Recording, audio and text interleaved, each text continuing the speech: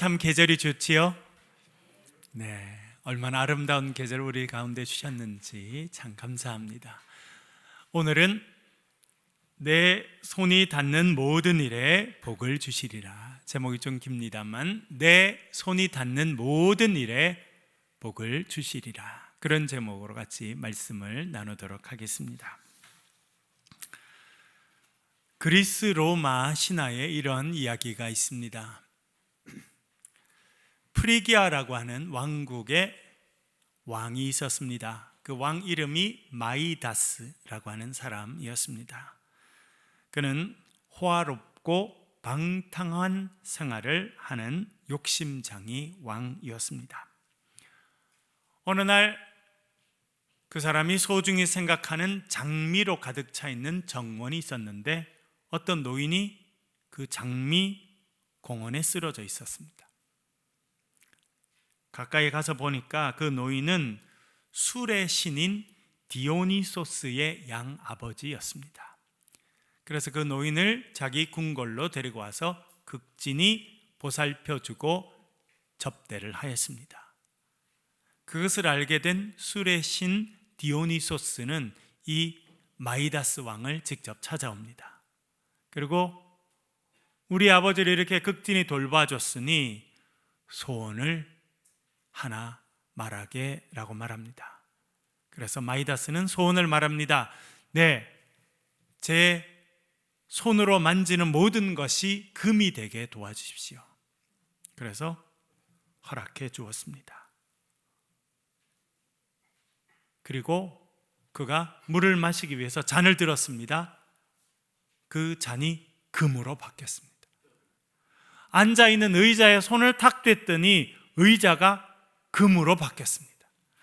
욕심이 많은 그는 뛸 듯이 기뻤습니다. 자기의 손으로 만지는 모든 것이 금으로 바뀌게 되자 너무나 흥분하고 기뻐했습니다. 그런데 그 기쁨은 그렇게 오래 가지는 못했습니다. 왜냐하면 배가 고파서 빵을 먹으려고 빵을 딱 잡았더니 빵이 금으로 바뀌어서 먹을 수가 없었습니다. 힘이 없고 낙심이 돼서 푹신한 침대 위에 누웠습니다. 그런데 자기의 손이 침대에 닿자마자 푹신한 침대는 딱딱한 금으로 바뀌었습니다. 그래서 그는 낙심해서 한숨을 쉬고 있는데 사랑하는 어린 딸이 자기에게 달려왔습니다. 자기 품에 안겼습니다. 그 딸을 안는 순간 그 딸이 뭐가 됐겠습니까? 황금으로 바뀌어버렸다는 겁니다. 마이다스 왕은 탐욕이 많았습니다. 그래서 자기의 손이 닿는 모든 것이 금이 되길 바랬습니다. 그런데 결국은 자기의 가장 사랑하는 딸도 금으로 바뀌어버리는 충격적인 일을 겪게 되었습니다. 그래서 마이다스의 손이라고 하는 이야기가 이 이야기, 신화적인 이야기에서 나오게 된 것입니다. 오늘 본문에도 보면 손에 대한 이야기를 하고 있습니다. 우리 읽은 10절 말씀 후반절 화면을 보면서 같이 한번 읽어보겠습니다. 시작. 내 하나님 여호와께서 내가 하는 모든 일과 내 손이 닿는 모든 일에 내게 복을 주시리라. 할렐루야. 주님 뭐라 말씀하십니까? 내가 하는 모든 일에 복을 주고 내 손이 닿는 모든 일에 내가 복을 줄 것이라 말씀하고 있습니다. 참 특징적이죠? 너의 손으로 하는 모든 일에, 경영하는 일에 복을 주고 특별히 네 손이 닿는 것마다 하나님께서 복을 주시겠다, 그렇게 말씀하십니다. 말씀드린 것처럼 마이다스라고 하는 왕의 손이 닿는 것마다 황금으로 바뀌었습니다. 처음에는 참 좋았습니다. 잔도 금으로 바뀌고 의자도 금으로 바뀌고 자기가 쓰는 책상도 금으로 바뀌고 처음에는 참 좋았지만 그러나 그 손은 곧 죽음의 손이 됐습니다. 예쁜 꽃을 만지면 그 예쁜 꽃이 생명을 잃고 딱딱한 금속으로 바뀌었습니다. 심지어 자기가 가장 사랑하는 딸도 생명을 잃고 금으로 바뀌어지고 말았습니다. 그의 손은 황금을 만드는 손이었지만 동시에 그의 손은 죽음을 만들어내는 손이었던 것입니다. 그의 손이 닿는 생명체마다 죽음을 경험했기 때문입니다. 그런데 오늘 본문에서 하나님께서 말씀하십니다. 내 손이 닿는 모든 일에 내가 복을 줄 것이다 말씀하십니다. 여러분, 하나님께서 우리의 손이 닿는 모든 것에 복을 주시면 어떤 일이 생기겠습니까? 죽었던 것이 살아나는 역사가 있게 되는 것입니다. 절망 가운데 있던 사람이 생명을 얻게 됩니다. 희망을 노래하게 돼요. 낙심 가운데 있던 사람이 용기를 가지고 일어나는 일이 일어나게 될 것이라 말씀해 주고 있습니다. 우리 교회 이름처럼 새 창조의 역사가 일어나게 될 것이라 말씀하고 있는 것입니다. 여러분, 여러분의 삶에 하나님 은혜 주셔서 여러분의 손으로 경영하는 모든 것이 잘 되고 여러분의 손이 닿는 것마다 하나님께서 복을 주시는 은혜가 임하기를 주의 이름으로 간절히 축원합니다. 그러면 여러분, 어떻게 해야 우리의 손이 닿는 모든 것에 하나님의 복이 임할 수 있겠습니까? 필요한 것이 있는데요, 3가지입니다. 정리를 해보겠습니다. 첫 번째는요, 우리의 손이 주님의 옷자락을 만져야 합니다. 손이 닿는 장면으로 제일 유명한 것 중에 하나는 마가복음 5장에 나오는 혈루병 걸린 여인의 이야기입니다. 여러분 잘 아시죠? 저도 참 읽을 때마다 얼마나 은혜가 되는 말씀인지 모릅니다. 그 여인은 12해 동안 하혈하는 병을 앓고 있었습니다. 하혈하는 병, 얼마나 힘들었겠습니까? 몸 안에 이상이 있어서, 어려움이 있어서 계속 피를 흘리는 그런 어려움을 겪었습니다. 육체적인 고통을 겪었어요. 그런데 그보다 더 어려운 게 있었습니다. 그것은 무엇이냐면 사람들의 정죄였습니다. 우리가 읽었던 정결예법을 보면, 레위기의 말씀을 보면 하혈하는 여성은 부정한 여성입니다. 그 여성이 앉는 자리도 부정해집니다. 누웠던 침대도 부정해집니다. 심지어 그 여인과 접촉이 되는 모든 사람은 부정해지게 됩니다. 심지어 그 여인이 앉았다가 일어나고 더 이상 그 여인이 없어도 그 여인이 앉았던 자리에 앉은 사람은 부정해지게 됩니다. 사람들이 저 여자는 부정한 여자야, 죄 많은 여자야, 그렇게 손가락질을 했다는 것을 알게 됩니다. 너무 고통이 커서 희망을 안고 의사를 찾아갑니다. 의사를 만나면 의사가 고쳐줄 줄 알았는데 의사를 만날 때마다 더 고통이 커졌습니다. 그래서 마가복음을 보면 많은 의사에게 많은 괴로움을 받았다. 왜 괴로움을 받았겠습니까? 점점 치료받을 수 없는 불치병이라는 것이 확실해졌기 때문에 그 고통이 커진 것입니다. 그런데 그녀의 귀에 예수님의 소문이 들립니다. 여러분, 제가 지금도 훈민복음에서는 이제 마가복음을 강의하고 있습니다. 그래서 내일 모레면 또 새로운 강의한 것이 나오는데요, 제가 마가복음을 읽어볼수록 반복되는 표현이 있더라고요. 반복되는 표현이 있어요. 절망 가운데 있던 사람이 희망을 노래하게 되고, 슬픔 가운데 있던 사람 가운데 기쁨이 와는 역사가 있는데, 반복적으로 성경이 이야기하는 게 뭐냐면 귀에 예수님의 소문이 들린다는 것입니다. 여러분, 그런 의미에서 오늘 참 잘 오셨습니다. 여러분 귀에 하나님의 말씀이 들릴 때 여러분의 삶에 놀라운 변화가 있게 될 줄로 믿습니다. 예수님의 소문이 들립니다. 그것이 귀에 남았어요. 그러자 그녀의 마음에 믿음이 생깁니다. 로마서 10장 17절은 말하죠. 여러분, 믿음은 어디서 온다는 겁니까? 믿음은 들음에서 옵니다. 무엇을 들어야 된다는 것입니까? 들음은 그리스도의 말씀으로 말미암는다. 아무거나 듣는다고 믿음이 생기는 게 아니에요. 예수님의 말씀을 들을 때 우리의 마음에, 심령에 믿음이 생겨나게 될 줄로 믿습니다. 이 여인에게 믿음이 생겼어요. 어떤 믿음이 생깁니까? 내가 예수님의 옷자락만 만진다 할지라도 내 병이 나아서 내가 구원을 받을 것이다 라고 하는 믿음이 생겼다라고 말합니다. 그래서 그 여인은 사람들 사이에 껴서 예수님 뒤로 따라갑니다. 그리고 몰래 손을 뻗어서 예수님의 옷에 터치합니다. 손을 대요. 그녀의 손이 예수님의 옷에 닿았어요. 그랬더니 그 즉시 치료의 능력이 자기의 몸에 들어와서 자기의 병이 낫다고 하는 것을 깨달았다 성경이 말씀해 주고 있습니다.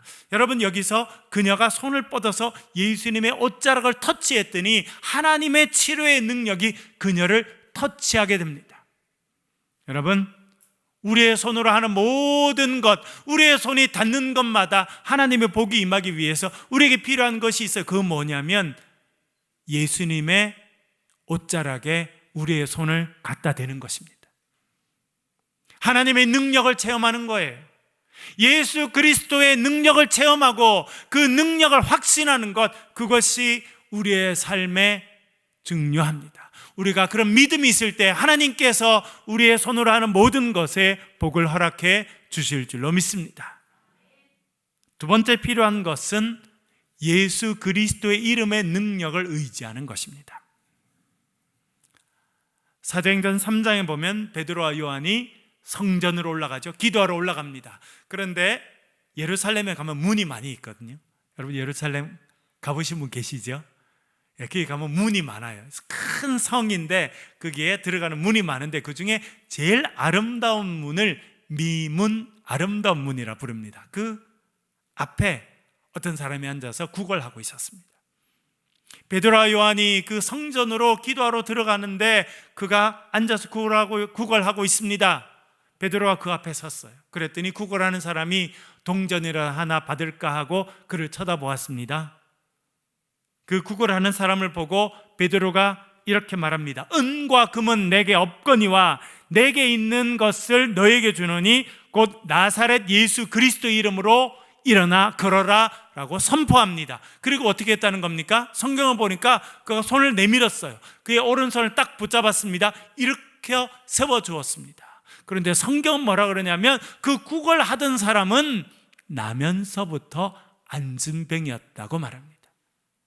태어나서 단 한 번도 자기의 발로, 자기의 다리로 일어나서 걸어본 적이 없습니다. 그러나 예수 그리스도 이름으로 일어나 걸어라 선포하고 오른손을 붙잡았습니다. 그를 일으켰더니 그의 발과 발목에 힘이 들어가서 그가 일어나게 되었고 걷게 되었고 뛰게 되었다, 그렇게 말씀하고 있습니다.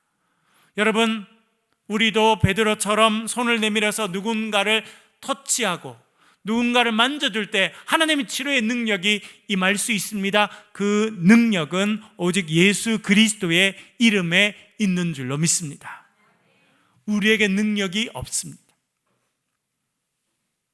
그러나 예수 그리스도의 이름에는 능력이 있습니다. 우리가 그 이름을 의지하고 예수 그리스도의 이름을 힘입어서 주의 일을 감당하게 될 때 우리의 손으로 하는 모든 일에 하나님께서 복을 더해 주실 줄로 믿습니다. 세 번째는요, 하나님께서 기뻐하시는 일을 할 때 하나님께서 우리의 손에 복을 내려주십니다. 우리가 신명기를 지금 읽고 있잖아요. 복음 노트를 하면서 신명기를 쭉 읽는데 반복적으로 주어지는 말씀이 있습니다. 그 중에 하나 14장에 나오는데요, 14장 15장에 특별히 그것이 반복되는데 14장 28절 29절 화면을 보면서 읽어보겠습니다. 같이 읽겠습니다. 시작. 매 3년 끝에 그 해 소산의 10분의 1을 다 내어 내 성읍에 저축하여 너희 중에 분깃이나 기업이 없는 레위인과 내 성중에 거류하는 객과 및 고아와 과부들이 와서 먹고 배부르게 하라. 그리하면 내 하나님 여호와께서 내 손으로 하는 범사에 내게 복을 주시리라. 아멘. 여기도 비슷한 표현이 또 나오죠. 내 하나님 여호와께서 내 손으로 하는 범사에, 네가 손으로 경영하는 모든 것에 복을 줄 것이다 말씀하십니다. 그런데 조건이 있어요. 그게 무엇입니까? 매 3년마다 거둔 소득의 10분의 1을 떼서 저축해 두라는 겁니다. 농사를 짓든지 가축을 기르든지 올리브 나무를 길러서 혹은 포도나무를 길러서 소출을 얻든지 매 3년마다 10분의 1은 11조를 떼서 성 안에 모아두라는 것입니다. 왜 그러냐면 그 안에 거하는 레위인, 분깃이 없는 레위인. 여러분 성경 우리가 쭉 출애굽기부터 읽어보니까 이렇게 살 땅을 이렇게 나눠주잖아요, 그렇죠? 이제 예루살렘을 비롯한 그 가나안 땅에 들어가면 땅을 나눠주는데 모든 지파는 다 땅을 나눠줍니다. 그런데 땅을 안 주는 지파가 있어요. 어디는 땅을 안 줍니까? 레위인은 안 주죠. 기업을 주지 않습니다. 왜 그렇습니까? 하나님이 그들의 기업이 되어주십니다. 그래서 이스라엘 백성들이 제사 드리러 올 때 양을 갖고 오고 소를 갖고 오고 그렇게 하면 정해진 부분은 하나님께 드렸지만 또 정해진 부분들은 레위인들에게 다 주게 되어 있습니다. 그래서 레위인들에게는 따로 땅을 주지 않았어요. 그렇게 해서 기업과 땅이 없는 레위인이 있었는데 그들이 사는 성이 정해져 있었습니다. 그러나 어떤 이유로 해서 그 성이 아니라 일반 백성들이 사는 성에 있는 레위인은 농사 지을 땅이 없는 거예요. 그래서 그런 레위인이나 또 성경에 뭐라 말합니까? 너희 중에 거하는 객. 여러분 객이 누구입니까? 이방인 나그네. 여러분 어제 춥고 오늘 아침에 엄청 추웠죠? 안 추웠어요? 온도를 높이 올려놓고 계신 거 아니에요? 집에? 네. 저는 그래서 어제 추워가지고 새벽에 일어나서 말씀을 이렇게 묵상할 때 잠바를 입고 있었다니까요. 근데 발이 시려가지고 그래 또 가서 양말 신고 그렇게 했는데, 그런데 여러분 어떤 성에 났느냐면 우크라이나 전쟁으로 인해서 수백만 명이 타 지역으로 가게 되고 또 우크라이나 지역은 최근에 전기시설이 공격을 받아서 전기 없이 난방을 할 수 없다는데 얼마나 춥고 힘들까. 특별히 집이 있어도 이런데 집이 없이 떠도는 사람들은 얼마나 힘들까, 그런 생각을 해보았습니다. 여름은 그냥 좀 낫잖아요. 더운 거 견딜 수 있는데 겨울에 추운 것은요 어떻게 할 수가 없잖아요. 그런 객들이 있든지 고아나 과부가 있으면 그렇게 모아놓은 것을 가지고 배불리 먹게 하라는 거예요. 여러분 하나님은 누구에게 관심이 많은 줄 아세요? 힘없는 자들, 외로운 자들, 연약한 자들에게 관심이 많습니다. 왜 그래요? 하나님 은혜 아니면 살 수 없는 자들이기 때문에 그렇습니다. 그래서 하나님은요 그들에게 관심이 많아요. 그래서 하나님이 기뻐하시는 일이 있습니다. 그것은 무엇이냐면 그렇게 연약한 자들, 가난한 자들, 외로운 자들, 그런 자들을 하나님의 이름으로 먹이고 입히고 도와주면 그것이 하나님이 기뻐하시는 일이라는 거예요.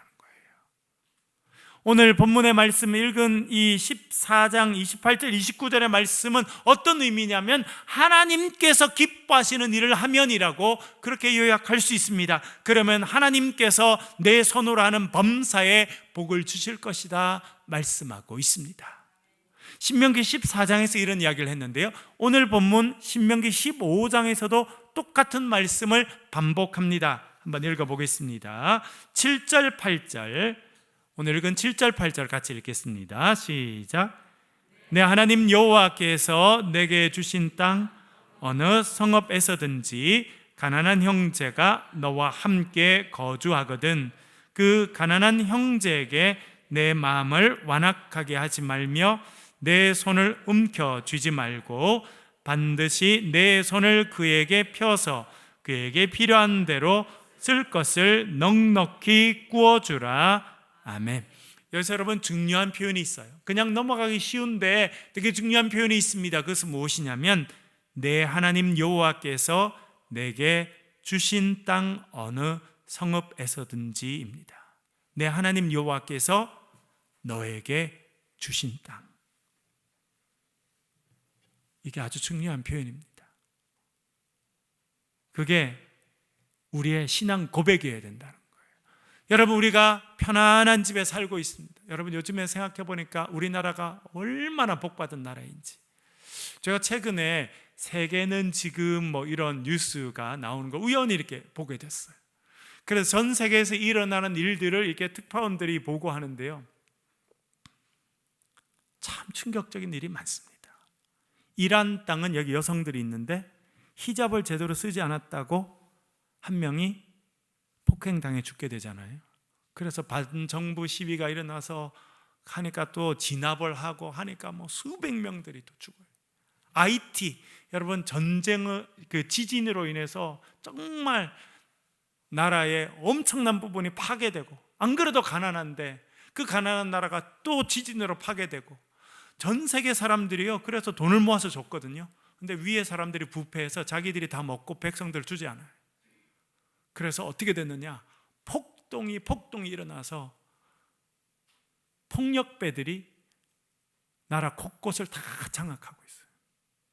뭐 그거는 뭐 IT뿐만 아니라 남미의 여러 나라, 아프리카 여러 나라, 말할 수가 없어요. 심지어 보니까 프랑스 얼마나 잘 사는 나라예요. 근데 가도 기름이 없대요.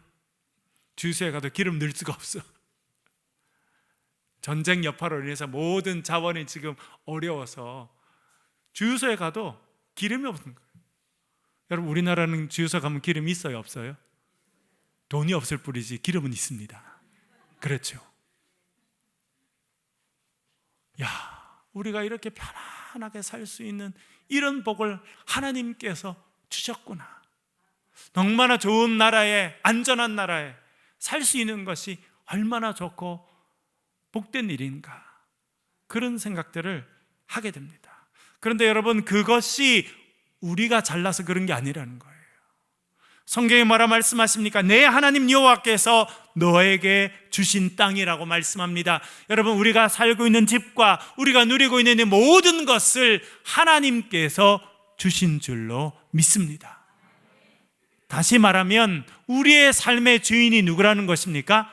하나님이라는 거예요. 우리가 지금 누리고 있는 것은 사실은 내 게 아니에요. 누구 겁니까?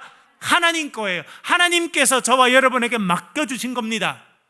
우리의 살고 있는 집도 마찬가지예요. 재산도 마찬가지예요. 우리의 자녀들도요, 우리 게 아니에요.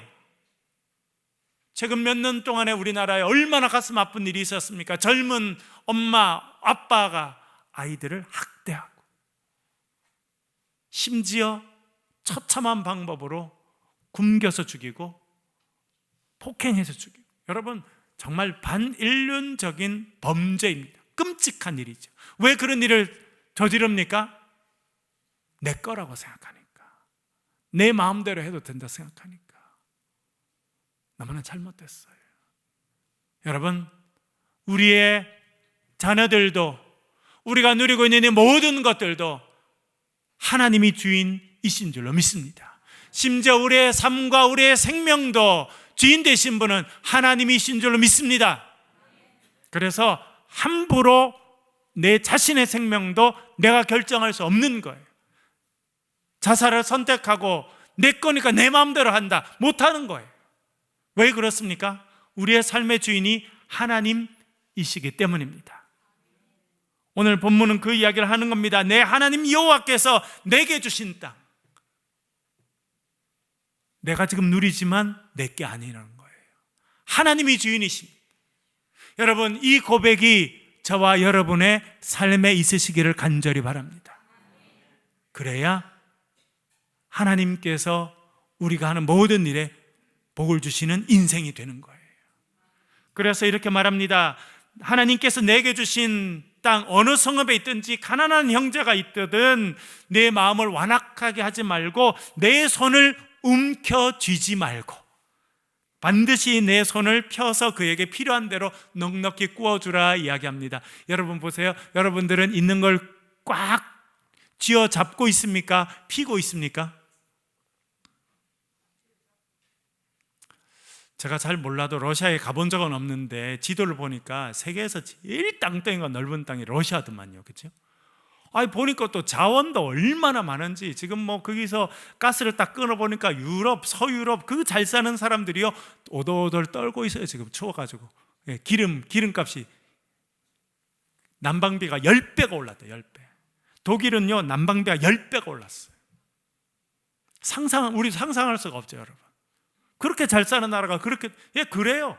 러시아가 그렇게 큰 힘을 갖고 있고 엄청난 땅덩이를 갖고 있는데 더 움켜잡겠다는 거잖아요. 그러니까 그런 일을 하는 거예요. 내가 더 많이 가졌는데도 더 갖겠다고, 땅이 그렇게 넓은데도 또 땅을 또 갖겠다고 하니까 그런 충격적인 일들을 하고 많은 사람들을 처참한 죽음으로 몰아가고 있는 것입니다. 여러분, 우리의 삶의 주인이 하나님이심을 여러분 날마다 고백하며 살아가실 수 있기를 간절히 바랍니다. 주님께서 말씀하십니다. 내 손을 움켜쥐지 말고 그걸 피라는 거예요. 그리고 펴서 필요한 사람들에게, 가난한 사람에게 나눠주라는 것입니다. 왜 그래요? 내게 아니니까. 그걸 피라는 겁니다. 하나님 주신 건 내게 아니고 하나님 말씀하시는, 이제 손을 펴서 가난한 사람들에게 나눠주고 필요한 사람들에게 나눠주라는 겁니다. 고통당하고 어려워하는 자들에게 주의 이름으로 나눠주라는 거예요. 그 일을 하면, 하나님이 기뻐하시는 그런 일을 하게 되면 하나님 어떻게 하신다고 말씀하십니까? 10절 말씀 읽어보겠습니다. 10절 말씀 같이 읽겠습니다. 시작. 너는 반드시 그에게 줄 것이요 줄 때에는 아끼는 마음을 품지 말 것이니라. 이로 말미암아 내 하나님 여호와께서 내가 하는 모든 일과 내 손이 닿는 모든 일에 내게 복을 주시리라. 아멘. 그렇게 손을 펴서 가난한 사람들에게 주면 그는 어떤 행동이냐면 하나님이 제 삶의 주인이십니다라고 하는 것을 고백하는 행위라는 거예요. 하나님, 제 삶의 주인이십니다. 제가 지금 가지고 있는 것, 제가 누리고 있는 것 다 하나님의 것인데 하나님이 그것을 주의 이름은 나누라고 하시니 저는 그 말씀에 순종해서 그 일을 감당하겠습니다. 나의 주인이신 하나님께서 기뻐하시는 일들을 감당하겠습니다라고 손을 펴서 그 일을 하면 그것이 조건이에요. 그렇게 주님을 인정하고 살아가면 하나님 어떻게 하신다는 겁니까?